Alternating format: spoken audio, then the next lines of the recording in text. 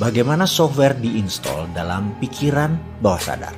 Video sebelum ini adalah menjelaskan bagaimana software terpasang karena lingkungan, karena orang tua, dan ada baiknya saya berikan satu contoh lagi bagaimana pikiran itu diinstal. Mengapa penting saya memberikan penjelasan yang banyak ini dan panjang ini? Karena apapun yang bisa dipasang bisa dibongkar. Jadi ketika Anda merasa installmentnya jelek, Anda ubah. Kalau Anda merasa tidak ada softwarenya, maka ada baiknya kita pasang softwarenya sesuai apa yang Anda butuhkan. Cara pasang orang tua ke anak kita beri contoh dalam ilustrasi. Saya tanya kepada sahabat semua yang wanita sekarang.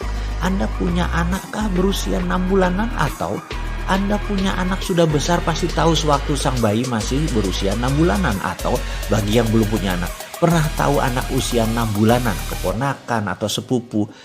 Bisakah anak tersebut berbicara? Maka kita semua akan menjawab bayi tersebut belum bisa berbicara. Komunikasi verbal bayi tersebut adalah menangis, diam, tersenyum, atau tertawa. Suatu ketika bayi tersebut menangis kejar dengan keras dan lama, maka pertanyaannya adalah apa yang dilakukan oleh orang tuanya? Ada banyak jawaban atas pertanyaan ini. Mulai dari diganti popok, diajak bermain, dikasih nenen, dan lain sebagainya.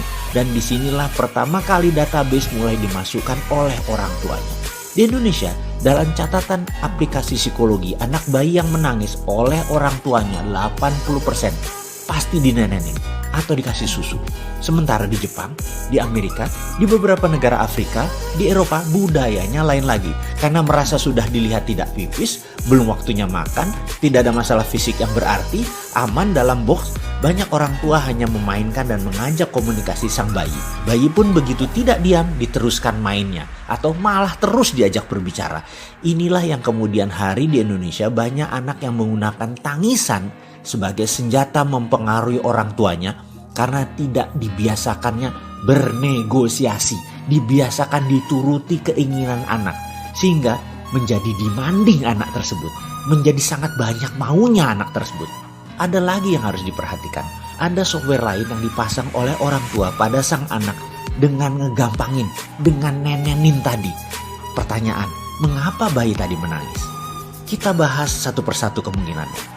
Karena lapar, karena kepanasan, karena kedinginan, karena pipis, tidak nyaman, kesepian, atau mau main, dan lain sebagainya. Intinya karena komunikasi belum banyak, vocabulary-nya masih belum banyak, maka pilihan dia adalah menangis. Sekali lagi, menangis karena ada masalah. Ini kita kunci dulu dengan satu huruf kapital. Ada masalah. Disinilah software orang tua pasang di anak dalam bahasa pemrograman. Kalau diibaratkan otak manusia adalah komputer, di mana orang tua tadi 80% nenenin anak tersebut terlepas dari masalahnya apa yang terjadi. Pukul rata saja. Inilah program yang dipasang oleh orang tuanya. Nah, kalau ada masalah dalam hidupmu, masukkan sesuatu ke mulutmu. Software ini dipasang pada pikiran bawah sadar sang anak sampai dewasa, di mana setiap ada masalah dalam kehidupannya, mulailah dia memasukkan sesuatu ke mulutnya. Baik itu makanan, minuman, merokok, gigit jari, gigit pensil, apapun masuk ke mulut untuk tenang. Seperti nenenan sang ibu. Tidak heran masalah memasukkan ke mulut tadi makanan yang terbanyak dan membuat populasi Indonesia di atas 30% adalah overweight, masalah terbanyaknya. Jadi ada juga mereka jadi karena ketergantungan minum atau alkohol dan lain sebagainya. Sekarang sahabat sudah mulai paham bagaimana pikiran bawah sadar dipasang dalam otak manusia.